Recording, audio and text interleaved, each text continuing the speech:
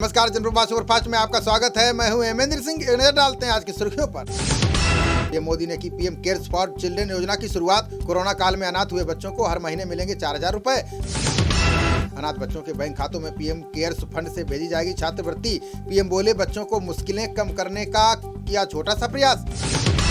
PM बोले दुनिया की सबसे तेजी से बढ़ती अर्थव्यवस्था बना भारत। कोरोना से निपटने के लिए अपनी क्षमताओं पर दिखाया भरोसा।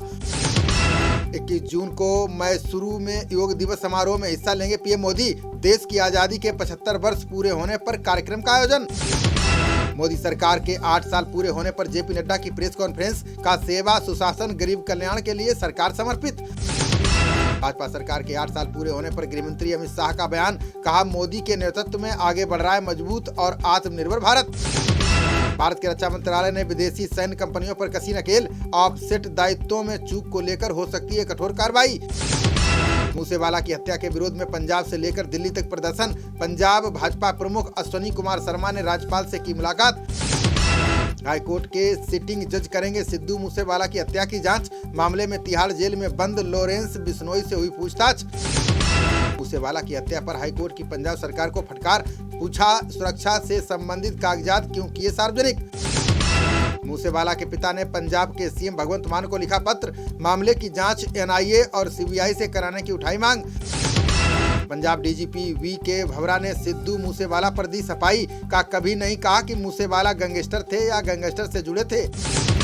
यूपीएससी सिविल सेवा परीक्षा 2021 का परिणाम घोषित। बिजनौर की स्तुति शर्मा रही अव्वल। टॉप 3 में 3 महिलाएं शामिल। राहुल गांधी ने यूपीएससी परीक्षा में उत्तीर्ण युवाओं को दी बधाई। बोले शीर्ष 3 स्थानों पर महिलाओं को देखकर होती है खुशी।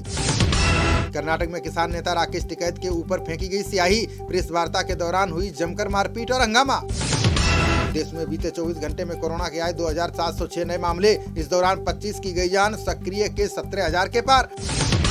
जम्मू कश्मीर के पुलवामा में सुरक्षा बलों को मिली बड़ी कामयाबी। मुठभेड़ में 2 आतंकी ढेर। पुलिसकर्मी रियाज के हत्यारों का सफाया।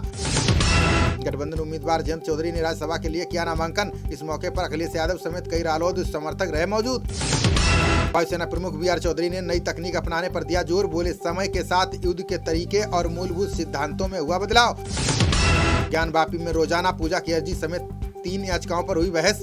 फास्ट ट्रैक कोर्ट ने मांगी आपत्तियां। 8 जून को होगी अगली सुनवाई। श्री कृष्ण जन्मभूमि मामले में कोर्ट में दिया गया एक और प्रार्थना पत्र। हिंदू सभा ने शाही ईदगाह में प्रवेश के लिए मांगी अनुमति। भाजपा सांसद मनोज तिवारी ने ओवैसी पर जमकर बोला हमला। का औरंगजेब की गलतियों को निशानी बताने वाले उनकी औलाद। गंगोत्री हाईवे पर कोपांग के पास यात्रियों से भरा टेम्पो दुर्घटनाग्रस्त। 2 लोगों की गई जान। 13 घायलों को अस्पताल में कराया गया भर्ती। मोतियाबिंद ऑपरेशन के लिए जून से देशव्यापी अभियान की होगी शुरुआत। 1.5 करोड़ लोगों को मुफ्त इलाज की सुविधा देगी मोदी सरकार। 1 और 2 जून को होगा कांग्रेस के संकल्प शिविर का आयोजन। कांग्रेस मुख्यालय पर आयोजित शिविर में प्रियंका भी रहेंगी मौजूद। गुजरात के नर्मदा जिले में जलाशय में नहाने गए 5 लोग डूबे। कई घंटे की मशक्कत के बाद शवों को निकाला गया बाहर।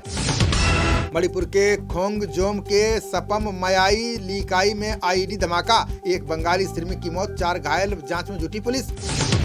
पूर्व सीएम फारूक अब्दुल्ला ने बताया नफरत से निपटने का रास्ता। का मुसलमान इकट्ठे होकर करें स्थिति का सामना। श्रीलंका को $70 करोड़ देने के लिए तैयार हुआ विश्व बैंक। मौजूदा कर्जों को ही नए मद में आवंटित करने से मिलेगी फौरी राहत। मोदी सरकार के 8 साल पूरे होने पर एस जयशंकर का ट्वीट। बोले 8 वर्षों में केंद्र ने अपनाई जनता की सेवा करने की नीति। सपा सदस्यों ने यूपी विधान परिषद की कार्रवाई से किया वॉकआउट। वाराणसी में सपा कार्यकर्ताओं पर मुकदमे को लेकर जताया विरोध। सीएम गहलोत ने की आयुष्मान भारत योजना का दायरा बढ़ाने की मांग। बोले चिरंजीवी योजना की तरह सभी को मिले 10 लाख का बीमा कवर।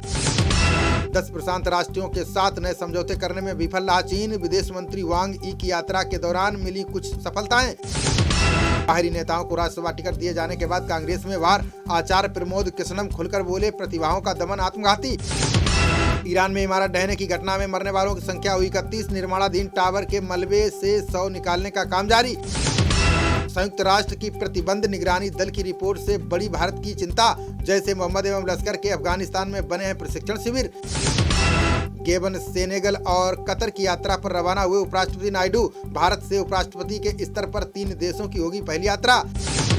आईफा अवार्ड समारोह में शिरकत करेंगे मिथुन माधुरी और सान्या।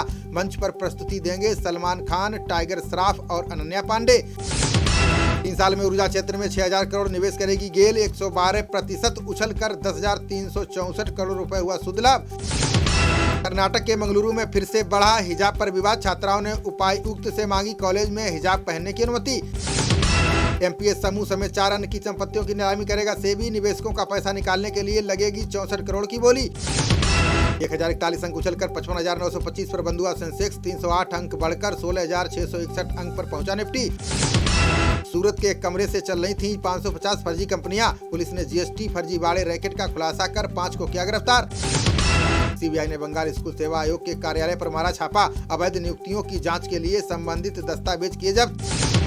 क्रिप्टो करेंसी पर केंद्र सरकार ने लगभग तैयार किया परामर्श पत्र। आर्थिक मामलों के सचिव अजय सेठ बोले जल्द किया जाएगा पेश। कांग्रेस को झटका देते हुए हेमंत सोरेन ने घोषित किया राज्यसभा प्रत्याशी। झारखंड मुक्ति मोर्चा की वरिष्ठ नेता महुआ माझी को बनाया उम्मीदवार।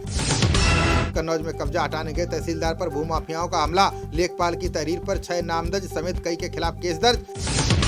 थाना समाधान दिवस कार्यक्रम में पहुंचे बिजनौर के एसपी धर्मवीर सिंह। जन समस्याओं को सुनकर शीघ्रता से निस्तारण के दिए निर्देश। बिजनौर में हिंदू युवा वाहिनी महिला प्रकोष्ठ का गठन। भावना पंडित जिला अध्यक्ष और अंजू मारवाड़ी बनी जिला प्रभारी। Avier group of media and production house की हुई लॉन्चिंग। ब्राइट आउटडोर के सीएमडी योगेश लखानी रहे मुख्य अतिथि। खबरों का सिलसिला जारी रहेगा, देखते रहिए जनप्रवाद। नमस्कार।